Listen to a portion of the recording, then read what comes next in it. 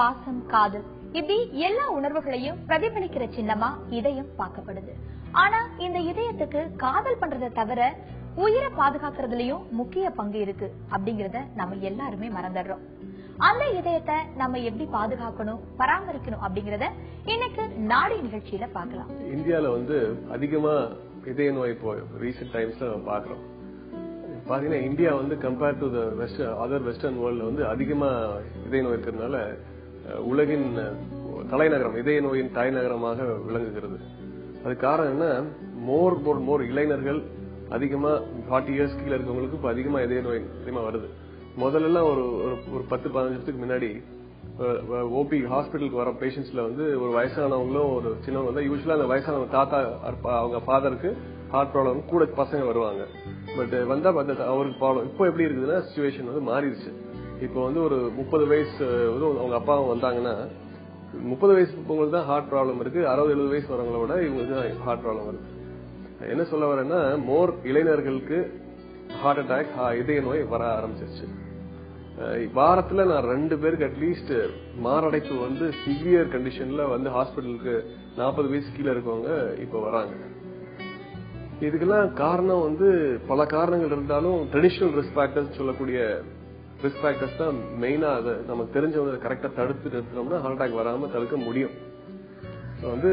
ஒன்னு மாற்றக்கூடிய risk factors, இன்னொன்னு மாற்ற முடியாத ரிஸ்க் ஃபேக்டர்ஸ். இந்த மாதிரி ரெண்டா நம்ம பிரிக்கலாம். மாற்ற முடியாததுன்னா உதாரணத்துக்கு ஏஜ், வயசாக ஆக ஹார்ட் அட்டாக் அது தானா வரது ரிஸ்க் அதிகமாகும். ரெண்டாவது அவங்களுக்கு ஜெண்டர் மேல்லாம் இருக்கவங்களுக்கு அதிகமா ஹார்ட் அட்டாக் வரும். இப்போ இந்திய நாட்டில் இருக்கிற அந்த ஜீன்னாலே ஹார்ட் அட்டாக் வர ரிஸ்க் ஜாஸ்தி, இந்தியன் ஜீன் சொல்றது. அதுக்கு காரணம் என்னன்னா இந்த கம்பேர் டு காலங்காலமா நம்மளோட சாப்பாடு உணவு வகைகள் மற்றும் அவங்க அதிகமா சுகர் இருக்கிற காரணத்தினாலையும் அந்த ஜீன்ஸ் எல்லாம் அப்படி மாறி அதிகமா வர ஆரம்பிச்சிருச்சு. ஸோ இந்த ரிஸ்க் ஃபேக்டர்ஸ் உள்ளவங்க லைஃப் ஸ்டைல் சரியா இல்லைன்னா சீக்கிரமாவே சின்ன வயசுல ஹார்ட் அட்டாக் வந்துடும். மாற்றக்கூடிய ரிஸ்க் ஃபேக்டர்ஸ் அப்படின்னா முதல்ல உங்களுக்கு எல்லாம் தெரிஞ்சிருக்கும், சர்க்கரை நோய் மற்றும் அதிக ரத்த அழுத்தம், BP, cigarette smoking, high blood cholesterol, கொழுப்பு சத்து அதிகமா இருக்கு. இதெல்லாம் அதெல்லாம் எக்ஸசைஸ் பண்ணாமே இருக்கிறது, பிசிக்கல் இன்ஆக்டிவிட்டி, இதெல்லாம் பல காரணம். இதெல்லாம் ஒன்னா சேர்ந்ததுன்னா அதிகமா ஹார்ட் அட்டாக் வர்றதுக்கு சான்ஸ் ஏர்லியாவே, யூஸ்வலா 50 வயசு வர்றதுக்கு பதில் 40 வயசு 30 வயசு அந்த மாதிரி ஏர்லியாவே ஹார்ட் அட்டாக் வரும். அப்புறம் நம்மளோட லைஃப் ஸ்டைல் இப்போ பல விதமா மாறி வருது. இப்போ மோர் நைட்ல வேலை செய்யறாங்க, அதிகமா ஸ்ட்ரெஸ், காம்படிஷன், இந்த ஸ்ட்ரெஸ்ஃபுல் சூழ்நிலையில டயட்டும் மாறி போச்சு. இந்த மாதிரி ஃபாஸ்ட் ஃபுட்ஸ் உடனே கிடைக்கிறது, ஹோட்டல்ல சாப்பிடுறதுலயும் இந்த பீட்சா, சமோசா, வடை இதெல்லாம் ஃபாஸ்ட் ஃபுட்ஸ். இதுல இருக்கிற கொழுப்பு சத்து தன்மை டிரான்ஸ்ஃபேட்னு ஒரு கெட்ட விதமான கொழுப்பு அதுல இருக்கு. அது அதிகமா ஹார்ட் அட்டாக் வர்றதுக்கு ஒரு முக்கிய காரணம். சோ அவங்களோட ஜெனட்டிக் ஃபேக்டர்ஸ் கூட இதையும் லைஃப் ஸ்டைல் ஃபேக்டர்ஸ் ஒன்னா சேரும்போது அதிகமா நம்ம ஹார்ட் அட்டாக் பாக்குறோம். அதனாலதான் நம்ம சைனாவோட நம்ம அதிகமா ஹார்ட் அட்டாக் நம்ம பாக்குறோம். அதை தவிர சுகரும் நம்ம உலகின் தலைநகரமா விளங்குறோம். சுகர் பேஷண்ட்ஸுக்கு ஒரு 4 மடங்கு அதிகமா அடைப்பு வர்றதுக்கு சான்ஸ் இருக்கு. இந்த ஹார்ட் அட்டாக்ங்கிறது ஒரு வாஸ்குலர் டிசீஸ், அதாவது பிளட் வெசல்ஸ், ரத்த சப்ளை எங்கெல்லாம் இருக்கோ அங்கெல்லாம் அடைப்பு வரலாம். உதாரணத்துக்கு ஹார்ட் அட்டாக் இருக்க பேஷண்ட்ஸ்க்கு கூடவே காலுக்கு சப்ளை பண்ற ரத்த குழாயிலையோ, இல்ல கிட்னிக்கு சப்ளை பண்ற ரத்த குழாயிலையோ, இல்ல பிரெயினுக்கு பிரெயின் சப்ளை பண்ற ரத்த குழாயிலையோ அங்கேயும் அடைப்புகள் ஏற்படலாம்.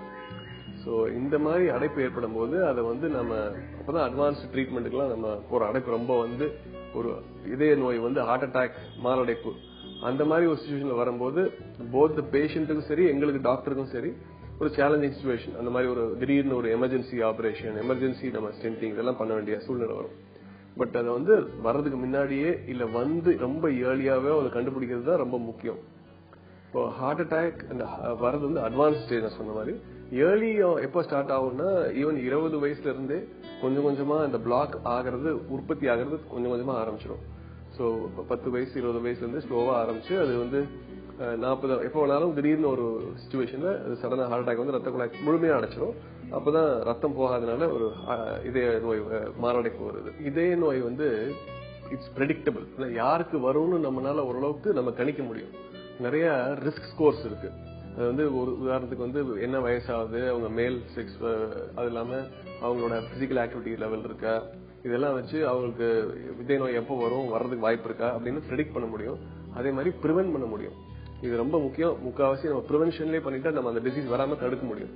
ஸோ டிசீஸ் வராம தடுக்கிறதுக்கு அவங்களுக்கு வந்து எப்படிலாம் நம்ம வாழ்க்கையில லைஃப் ஸ்டைல் சேஞ்சஸ் எப்படி இருக்கணும் அப்படிங்கறது எல்லாத்துக்கும் தெரியணும். தெரிஞ்சு இப்போ உதாரணத்துக்கு தினம் 1 மணி நேரம் உடற்பயிற்சி செய்யணும்.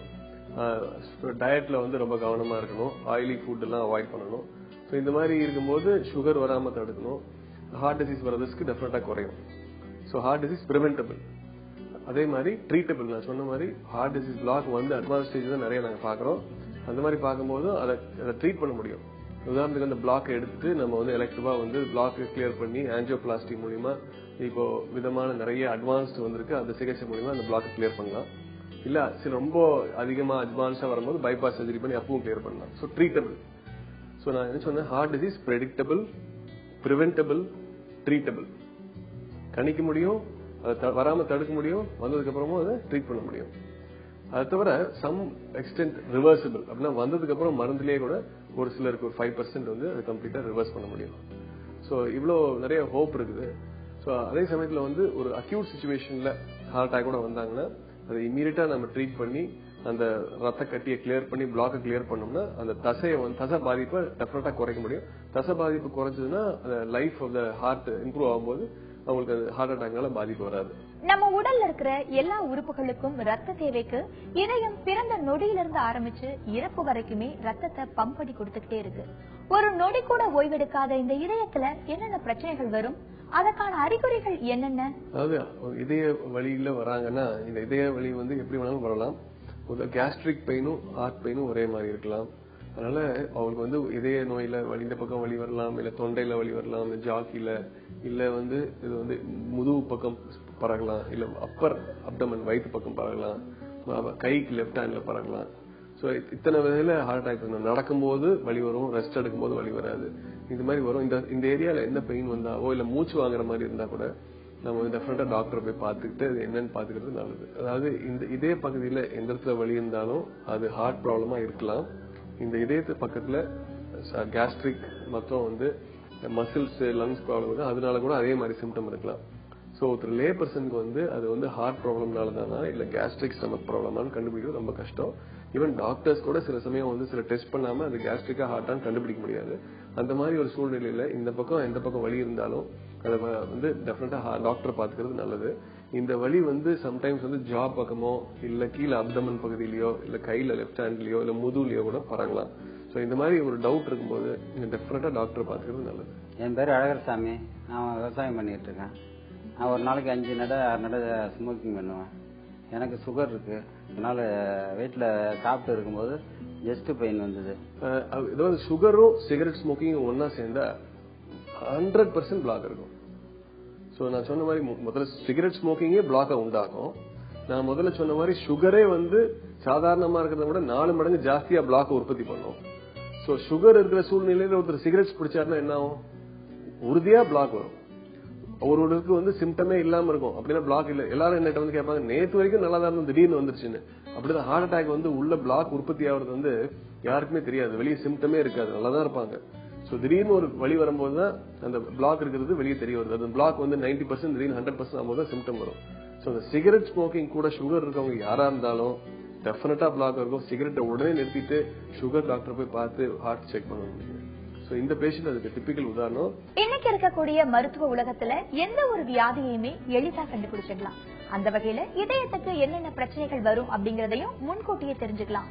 அப்போ அந்த சோதனைகளுக்கு நம்மளை எப்ப உட்படுத்திக்கணும் அப்படிங்கறத பார்க்கலாம். சோ அந்த மாதிரி ஒரு டவுட் இருக்கும்போது நம்ம டாக்டர் பார்த்துட்டு அவசியம்னா ஒரு இசிஜி இல்ல சம்டைம்ஸ் வந்து ட்ரெட்மில் டெஸ்டோ இல்ல ஒரு சிலருக்கு பிளட் டெஸ்டோ இதெல்லாம் எடுத்து அவங்க வந்து ஹார்ட் ப்ராப்ளமா இல்லையான்னு கண்டுபிடிப்பாங்க. ECG, TMT, echo test, angiogram test எடுத்தாங்க. ஸோ அவருக்கு இசிஜியில் சேஞ்சஸ் இருக்கு. ஸோ இந்த மாதிரி உடனே நாங்கள் வந்து இந்த மாதிரி இருக்கும்போது ஆஞ்சியோகிராம் அப்படிங்கிற டெஸ்ட்ல வந்து டை இன்ஜெக்ட் பண்ணி எக்ஸ்ரே எடுப்போம். அந்த டை இன்ஜெக்ட் பண்ணும்போது பிளாக் எங்க இருக்குங்கிறது கிளியரா தெரியும். அது வந்து ஒரு பைப் உடைச்ச மாதிரி தான். பைப் அடைச்சிருக்கிறது உள்ள நம்ம இந்த ஃப்ளூயிட் எங்க போகுது எங்கெங்கெல்லாம் நடப்பு இருக்குங்கிறது நமக்கு கிளியரா தெரியும். பட் இப்போ வந்து இன்னும் அட்வான்ஸ் ஆயிருச்சு. அந்த ஆஞ்சியோகிராம்ல ஒரு 70% பிளாக் அவருக்கு இருந்தது. அதுல வந்து ரத்த அழுத்தம் இந்த பிளாக்கு முன்னாடி எவ்வளவு ரத்த அழுத்தம் இருக்கு, கீழே எவ்வளவு ரத்த அழுத்தம் இருக்கு இன்னும் கிளியரா நம்ம அறிய முடியும். சோ அதை தவிர வந்து இன்னும் அட்வான்ஸ்டு மெத்தட்ஸ் டெஸ்டிங் எல்லாம் வந்திருக்கு. லைக் அடைப்போ வந்து ஆஞ்சியோகிராம் எடுக்கிற மாதிரி உள்ள போய் நம்ம போட்டோ எடுக்க முடியும். இந்த ரத்த குழாய்க்கு உள்ளே நம்ம உள்ள போய் சின்ன கேமரா மாதிரி இருக்கு. அது வந்து 2 விதமா இருக்கு. ஒன்னு வந்து அல்ட்ராசவுண்ட், நம்ம மத்த இடத்துல பாடியில ஸ்கேன் பண்ற மாதிரி உள்ள அந்த ஸ்கேன் பண்ற ப்ரோப் எடுத்துட்டு போய் உள்ள போட்டோ எடுத்து பார்க்க முடியும். அப்ப பார்க்கும்போது அக்யூரேட்டா அந்த பிளட் வெசலோட சைஸ் என்ன, இந்த பிளாக் எவ்வளவு எங்கிருந்து ஆரம்பிக்குது, எவ்வளவு தூரம் போகுது, இந்த பிளாக்கோட நேச்சர் என்ன, கொழுப்பு தன்மை உள்ள பிளாக்கா இல்ல அதிக கால்சியம் ஹார்ட் அந்த மாதிரி பிளாக்கா, அது வந்து எவ்வளவு நீளம் இருக்கு, இதெல்லாம் நம்ம கரெக்டா அறிய முடியும். இதெல்லாம் அறிஞ்சிட்டா அதுக்கு தகுந்த மாதிரி நம்ம ட்ரீட்மெண்ட் பண்ண முடியும். இந்த ரத்த அழுத்தம் இந்த அனாட்டமி எல்லாம் பார்க்கும்போது அக்யூரேட்டா நம்ம வந்து இந்த மாதிரி ஸ்டென்ஸ் தேவைப்படுமா தேவைப்படாதா, தேவைப்பட்டா என்ன சைஸ்ல தேவைப்படும், எவ்வளவு நீளம் தேவைப்படும், இதெல்லாம் நம்ம அக்யூரேட்டா நம்ம பொருத்த முடியும். அது மாதிரி பண்ணும்போது ரிசல்ட்ஸ் நல்லா இருக்கும். லாங் டேர்ம் வந்து ப்ராப்ளம் வராது. ஸோ அனாவசியமா நம்ம எந்த ப்ரொசீஜரும் பண்ண வேண்டியதில்லை. அதுதான் குறிக்கோள். இப்போ இந்த நியூ அட்வான்சஸ் அது எல்லாமே வந்து இப்போ ஒன்னொன்னா வந்துட்டு இருக்கிறதுனால பேஷண்ட்ஸுக்கு வந்து ரொம்ப டெஃபினட்டா நிறைய பயன்கள் வருது. மருத்துவ உலகத்தோட பரிணாம வளர்ச்சியோட உச்சகட்டமே எதுன்னு பார்த்தோம்னா இதயம் சார்ந்த மருத்துவ முறைகள் தான். மனுஷனோட உடம்புல இருக்கிற எல்லா உறுப்புகளுக்குமான பிரச்சனைகளுக்கு மருத்துவ முறைகளை எளிதா கண்டுபிடிக்க முடிஞ்ச மனுஷனால இதயம் சார்ந்த பிரச்சனைகளுக்கு மட்டும் அவ்வளவு எளிதா கண்டுபிடிக்க முடியல. ஆனா நவீன சிகிச்சை முறைகள் பாத்தீங்கன்னா இதயம் மாற்று அறுவை சிகிச்சை செய்யற அளவுக்கு வளர்ந்திருக்கு. அப்படி இதயம் சார்ந்த பிரச்சனைகளுக்கு என்னென்ன மருத்துவ முறைகள் இருக்கு அப்படின்னு பாக்கலாம். இப்போ வந்து இந்த ட்ரீட்மெண்ட் பகுதியில நிறைய அட்வான்ஸ்மெண்ட் வந்துட்டே இருக்கு. இப்போ வந்து இப்போ லேட்டஸ்டா உங்களுக்கு எல்லாம் தெரியும், ஆஞ்சியோகிராம் ரொம்ப வருஷமா இருக்கு. ஆஞ்சியோகிராம் பண்ணதுக்கு அப்புறம் அதுல பிளாக் வந்து எவ்வளவு இருக்குங்கிறத பொறுத்து நம்ம என்ன டைப் ஆஃப் ட்ரீட்மெண்ட் பண்ண போறோங்கிறத முடிவு பண்றோம். பிளாக் வந்து முழுமையா இருந்ததுன்னா உடனே ஓபன் பண்ண முடியும். மல்டிபிள் நிறைய இடத்துல இருக்கும்போது அது வந்து நம்ம ஸ்டென்டிங்கும் பண்ண முடியும், பைபாஸ் சர்ஜரி பண்ண முடியும். இந்த ஸ்டென்டிங்ல வந்து இப்போ வந்து அந்த பிளாக் வந்து 50% 60% அப்படின்னு இருக்கும்போது யூஸ்வலா மருந்துலயே வச்சிடலாம். 90% அந்த மாதிரி இருக்கும்போது நம்ம ஸ்டென்ட் போட்டு அதை எடுக்க முடியும். ஒரு பார்டர் லைன்ல பிளாக் இருந்தா அதை வந்து நம்ம பண்ணணுமா வேண்டாமான்னு தெரியறதுக்கு இப்ப புதுசா நிறைய ட்ரீட்மெண்ட் வந்திருக்கு. அதுல வந்து FFR அப்படின்னு சொல்லக்கூடிய பிராக்ஷனல் ஃப்ளோ ரிசர்வ் சொல்லுவோம். அதாவது அழுத்தம், ரத்த அழுத்தத்தை வந்து அந்த பிளாக்னால ரத்த அழுத்தம் குறையுதா இல்லையான்னு நம்ம அறிய முடியும். அந்த மாதிரி அறியும் போது நம்ம வந்து அவசியமான பிளாக், அதாவது எது ரத்த அழுத்தம் குறையுதோ அதுக்கு மட்டும் நம்ம அந்த பிளாக் எடுத்தா போதும். வேற அந்த ரத்த அழுத்தம் வந்து நல்லா இருக்கிற இடத்துல பிளாக் அப்படியே விட்டுலாம். சோ இதுல என்ன அட்வான்டேஜ்னா நம்ம அனாவசியமா ஒரு பைபாஸ் சர்ஜரியோ இல்ல ஸ்டென்ட்டோ நம்ம போட வேண்டிய அவசியம் இல்லை. இதனால வந்து நமக்கு வந்து மக்களுக்கு வந்து காஸ்டும் குறையும், அனாவசியமான ட்ரீட்மெண்ட்டும் நம்ம பண்ண வேண்டியதில்லை. இது வந்து உலகம் பூரா வந்து ஹையஸ்ட் சயின்டிபிக் எவிடன்ஸ், அதாவது நாங்க வந்து சொல்றது class 1 level of evidence A அப்படின்னு சொல்லுவோம். அப்படின்னா அவ்வளோ எவிடன்ஸ் இருக்கு, அதுக்கு அவ்வளவு சயின்டிபிக். அது ரத்த அழுத்தம் செக் பண்றது அந்த மாதிரி செக் பண்ணும்போது நம்ம அக்யூரேட்டா வந்து கணிக்க முடியும். ஸோ அது வந்து பிளாக் வந்து பார்டர் லைன் பிளாக் 60-70% இருக்கும்போது நாங்கள் அதை இப்போ ரொட்டீனா பண்றோம். நாங்கள் அதை தவிர வந்து நாங்கள் வந்து இப்போ இல்லை ஒரு ஸ்டடி பண்ணோம். ஸ்டடினா நாங்கள் பண்ண பேஷண்ட்ஸ் எல்லாம் ரெக்கார்ட் எடுத்து வச்சு அதை நாங்கள் ஒரு அமெரிக்கன் ஜேர்னல்ல அதை பப்ளிஷும் பண்ணோம். அதுல என்ன நம்மளுக்கு தெரிஞ்சதுன்னா இந்த ரத்த அழுத்தம் FFRங்கிறத நம்ம செக் பண்ணும்போது, அதாவது எப்போன்னா ஆஞ்சியோகிராம் பண்ணிட்டு அதையும் வந்து இன்வேசிவா ரத்த அழுத்தம் செக் பண்ணும்போது நம்ம வந்து ஸ்டென்ட் போடுற நம்பர்ஸ் வந்து சிக்னிபிகண்டா குறையுது. நாங்க என்ன பண்ணோம்னா ஆஞ்சியோகிராம் பேஸ் பண்ணி சில பேருக்கு ஸ்டென்ட் பண்ணணும், சில பேருக்கு வந்து ஆஞ்சியோகிராம் கூட FFRம் சேர்த்து ஸ்டென்ட் போட்டுட்டு அப்புறம் ஸ்டென்ட் பண்ணோம். ஸோ FFR போட்டுட்டு பண்ணும்போது நாங்க கிட்டத்தட்ட ஒரு 25% ஸ்டென்ட் நம்பர் குறைச்சிட்டோம். கம்பேர் FFR பண்ணாத போது அது ஸ்டென்ட் வந்து நம்பர்ஸ் வந்து நம்பர் நிறைய போச்சு. ஸோ இதுல இருந்து நாங்க என்ன நாங்க கன்க்ளூட் பண்ணோம்னா இந்த FFR டெஸ்ட் பண்ணும்போது நம்ம தேவையில்லாம ஸ்டென்ட் போடுற அவசியம் இல்லை அப்படிங்கறத நாங்க வந்து அமெரிக்கன் ஜேர்னல்ல பப்ளிஷ் பண்ணோம். இப்ப மெயினா வந்து நான் சொன்ன மாதிரி உள்ள வந்து நம்ம போட்டோ எடுத்து பார்க்கும்போது நம்ம கரெக்டான அளவான ஸ்டென்ட்ங்கிறத நம்ம பொருத்த முடியும். அதே மாதிரி ஸ்டென்ட் பொருத்துனதுக்கு அப்புறம் நம்ம போய் இந்த கேமரால பார்க்கும்போது ஸ்டென்ட்டை சுத்தி எப்படி ஸ்டென்ட் நல்லா விரிஞ்சிருக்கா, அது கரெக்டான சைஸ்ல இருக்கா, அதுல சைட்ல ஏதாவது டேமேஜ் இருக்கா, எல்லாமே நம்ம கரெக்டா அறிய முடியும். அந்த மாதிரி பண்ணும்போது பின்னாடி ப்ராப்ளமே வர்றதில்லை. அதை தவிர மல்டிபிள் பிளாக்ஸ் இருந்தபோது நம்ம நிறைய ஸ்டென்ட்ஸ் போட முடியும். அந்த மாதிரி சர்ஜரி இல்லாம ஸ்டென்ட்லயே யூஸ் பண்ண முடியும். இப்ப ஸ்டென்ட்லயும் லேட்டஸ்டா நிறைய அட்வான்ஸ்மெண்ட் வந்திருக்கு. இப்போ வந்து கரையும் ஸ்டென்ட்னு ஒன்று வந்திருக்கு. அது பேர் பயோ ரிசார்வபிள் ஸ்கேஃபோல்ட் அப்படின்னு சொல்றது. அது வந்து சாதாரண முதல்ல வந்து நம்ம ஸ்டெயின்லெஸ் ஸ்டீல்ல ஸ்டென்ட் வந்தது, அப்புறம் வந்து கோபால்ட் குரோமியம் அலாய்ல வந்தது. இப்போ வந்திருக்கிறது வந்து பாலிமர். அது வந்து லாக்டிக் ஆசிட் லாக்டேட் பாலிமர். அது வந்து பாடியில வந்து 2 to 3 years டைம்ல அது ஸ்லோவா டிசால்வ் ஆகி கிரெப்ஸ் சைக்கிள் மூலமா கார்பன் டை ஆக்சைடு வாட்டர் ஆகி அது டிசால்வ் ஆயிரும். அதுல என்ன அட்வான்டேஜ்னா இது வந்து இந்த ஆர்த்தோபெடிக் காஸ்ட் மாதிரி தான். இப்போ போனுக்கு வந்து பிளேட் வைக்கிறாங்க இல்லையா, அந்த மாதிரி இதுக்கு வந்து ஒரு கொஞ்ச நாளைக்கு அது சப்போர்ட் பண்றதுக்கு ஒரு பிளேட் மாதிரி இருக்கும். அது கரைஞ்சு போயிடும். ஸோ அனாவசியமான எதுவுமே பாடியில இருக்காது. இது ஒரு நியூ டெவலப்மெண்ட். இதனால பல நன்மைகள் இருக்கு. ரத்த குழாயோட விரியும் சுருங்கும் தன்மை சாதாரணமாவே சுருங்கி விரியும். அதாவது உதாரணத்துக்கு யாராவது ஓடுறாங்கன்னா ரத்த குழாய் விரியும், ரத்தம் நிறைய போகும். ஸோ அந்த மாதிரி விரியும் தன்மை, சுருங்கும் விரியும் தன்மை நார்மலா எல்லாத்துக்கும் இருக்கும். நம்ம இந்த மாதிரி ஸ்டென்ட் பொருத்தும் போது அந்த விரியும் தன்மை போயிடும். வேற இந்த பயோஅப்சார்பல் ஸ்டென்ட் போடும்போது அது திருப்பி கரைஞ்சு போறதுனால விரியும் சுருங்கும் தன்மை திருப்பி வந்துடும். ஸோ அது மாதிரி பல அட்வான்டேஜ். திருப்பி அதை தவிர எம்ஆர்ஐக்கு அனுப்பலாம். அந்த பேஷண்ட் பண்றதுன்னா உள்ள சிடி ஸ்கேன்ல பார்க்கலாம். பின்னாடி ஏதாவது அந்த பேஷண்ட்டுக்கு பைபாஸ் தேவைப்படுதுன்னா அது அந்த இடத்துல கரைஞ்சு போறதுனால அங்க பைபாஸ் கிராஃப்ட் பொருத்த முடியும். ஸோ அந்த மாதிரி நிறைய நன்மைகள் இருக்கு இந்த கரையும் ஸ்டென்ட்ல. அவங்க ஹார்ட் அட்டாக் இருக்கும் அப்படின்னு ஆஞ்சியோகிராம் பண்ணாங்க. ஆஞ்சியோகிராம் பண்ணி ஒரு பிளாக் இருக்கு, ஆப்ரேஷன் பண்ண வேண்டாம், மாத்திரையிலே சரி பண்ணலான்னு மாத்திரை கொடுத்தாங்க. அந்த மாதிரி அறியும் போது இதுல வந்து ரத்த அழுத்தம் ரொம்ப குறையல அப்படிங்கும் போது நாங்க மருந்துலயே வச்சுட்டோம். ஸோ இவருக்கு வந்து மருந்து, அதாவது ஸ்டென்ட் எல்லாம் தேவையில்லைங்கிறத சொல்லிட்டு, சர்ஜரியும் தேவையில்லை, மருந்துலயே குணப்படுத்த முடியும் அப்படிங்கறத சொல்லிட்டு, அந்த மருந்துலயும் வந்து அட்வான்ஸ்ட் டேப்லெட்ஸ் எல்லாம் வந்திருக்கு. அதெல்லாம் கொடுத்துட்டு அவருக்கு சிகரெட் ஸ்மோக்கிங் இம்பார்ட்டன்ஸ், நிறுத்துற இம்பார்ட்டன்ஸ் எல்லாம் ரொம்ப அவருக்கு விளக்கி சொல்லி அப்புறம் அவர் சிகரெட்டை விட்டுட்டாரு. சிகரெட்டை விட்டுட்டு சுகரை கண்ட்ரோல் பண்ணி பண்றது ரொம்ப முக்கியம். ஸோ சுகரையும் கண்ட்ரோல் பண்ணிட்டு அப்புறம் அவர் வந்து பீரியாடிக்கா ஃபாலோ பண்ணி அவரை கண்ட்ரோல் கொண்டு வரும். எல்லாம் இப்ப நார்மலா இருக்கு. 1 இயருக்கு ஒரு நடம் வந்தா போதும்னு மாத்திரை பவர் எல்லாம் குறைச்சிட்டாங்க. ஸ்மோக்கிங் செய்யக்கூடாது, சுகரை கண்ட்ரோலா வச்சுக்கணும், டயட் கண்ட்ரோல் வச்சுக்கணும் அப்படின்னாங்க. வாக்கிங் போக சொன்னாங்க. வாக்கிங் போயிட்டு இருக்கேன். எனக்கு ஞாபகம் வருது வந்து உதாரணமா ஒரு 40 வயசு இளைஞர் ஒருத்தருக்கு வந்து அக்யூட் ஹார்ட் அட்டாக் வந்து ஒரு சிவியர் பெயினோட வந்து வந்தாரு. அன்பார்ச்சுனேட்டா அவர் ஹாஸ்பிட்டல் எமர்ஜென்சிக்கு வந்து இறங்கும் போது இறங்கி வந்தோடனே அவர் மயக்கம் போட்டு விழுந்துட்டாரு. நல்ல வேலை நாங்கெல்லாம் இருந்ததுனால, எங்களுக்கு முன்னாடியே விழுந்ததுனால உடனே நாங்க கனெக்ட் பண்ணி அவருக்கு ஆர்டிபிஷியல் பிரீதிங் வென்டிலேட்டர்ல கனெக்ட் பண்ணிட்டு உடனே வந்து அவருக்கு ஃபர்ஸ்ட் எய்ட் கொடுத்துட்டு அவருக்கு எக்கோ கார்டியோகிராம், இசிஜி எல்லாம் பார்த்தா மேஜர் ஹார்ட் அட்டாக். உடனே வந்து அவருக்கு ஒரு அப்நார்மல் பீட் வந்தது. உடனே ஷாக் கொடுத்தோம். ஷாக் கொடுத்து கொஞ்சம் ரிவைவ் ஆனாரு. உடனே அங்கிருந்து நாங்க கேத்லாப்னு ஒரு கொண்டு போய் ஆஞ்சியோகிராம் பண்ணி பார்த்தா ஒரு மெயினான ரத்த குழாய் வந்து கம்ப்ளீட்டா அடைச்சிருந்தது. அந்த ரத்த கட்டி எல்லாம் எடுத்துட்டு அந்த புது டைப் ஆஃப் ஸ்டென்ட் நான் சொன்னேன், அந்த அப்சார்பபிள் ஸ்டென்ட் அதை போட்டோம். அதை போட்டதுக்கு அப்புறம் நல்லா கிளியர் ஆயிடுச்சு. அவர் வந்து சில நொடிகள்ல வேகமா பண்ணதுனால டேமேஜ் அவ்வளவா இல்லை. சோ அவர் வந்து 40 வயசுங்கிறதுனால அவர் வந்து மேஜர் ஹார்ட் அட்டாக்ல வந்து நம்ம தடுக்க முடிஞ்சது. கிட்ட கூட ரொம்ப டைம் ஷார்ட்டா இருந்ததுனால சீக்கிரமா பெஸ்ட் ட்ரீட்மெண்ட் கொடுக்க முடிஞ்சது. இதுல என்னன்னா இப்ப அவருக்கு பண்ணி ஆல்மோஸ்ட் 2 இயர்ஸ் ஆச்சு. 2 இயர்ஸ்க்கு அப்புறம் அவர் ரிவ்யூவும் பார்த்தேன். இந்த ஸ்டென்ட் கம்ப்ளீட்டா ஆல்மோஸ்ட் கரைஞ்சிருச்சு.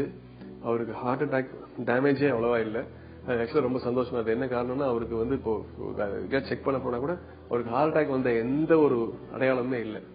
சோ அந்த அளவுக்கு ஆல்மோஸ்ட் நார்மல் ஹார்ட் வந்துருச்சு அவருக்கு. சோ அவருக்கு வந்து இதயத்துல பாதிப்பும் இல்லை, இந்த ஸ்டென்ட்டும் கரைஞ்சு போச்சு. சோ இந்த மாதிரி லேட்டஸ்ட் அட்வான்ஸ்மெண்ட் வரும்போது அவங்க எப்படி இருந்தாங்களோ அதே லெவலுக்கு நம்ம கொண்டு போய் பழையபடி நம்ம பண்ண முடியும். அந்த அளவுக்கு ட்ரீட்மெண்ட் அட்வான்ஸ் ஆயிடுச்சு. ஒரு சிலருக்கு வந்து சிவியர் பிளாக் ரொம்ப அட்வான்ஸ் ஸ்டேஜ்ல வராங்க. அவங்க இனிஷியலா சின்ன சின்ன சிம்டம் எல்லாம் இக்னோர் பண்ணிட்டாங்க. எல்லா ஹார்ட் அட்டாக்கும் வரப்போ சின்ன சிம்டம் வரும். அந்த டைம் நம்ம ரெகனைஸ் பண்ணி போய் டாக்டர் போய் செக் பண்ணா அட்வான்ஸ் லெவல் போயிருது. அப்போ சில சமயம் பைபாஸ் சர்ஜரி தேவைப்படுது. பைபாஸ் சர்ஜரி நிறைய பேருக்கு நாங்க அட்வைஸ் பண்றோம். இதெல்லாம் டிஃபரெண்ட் டைப்ஸ் ஆஃப் ட்ரீட்மெண்ட்.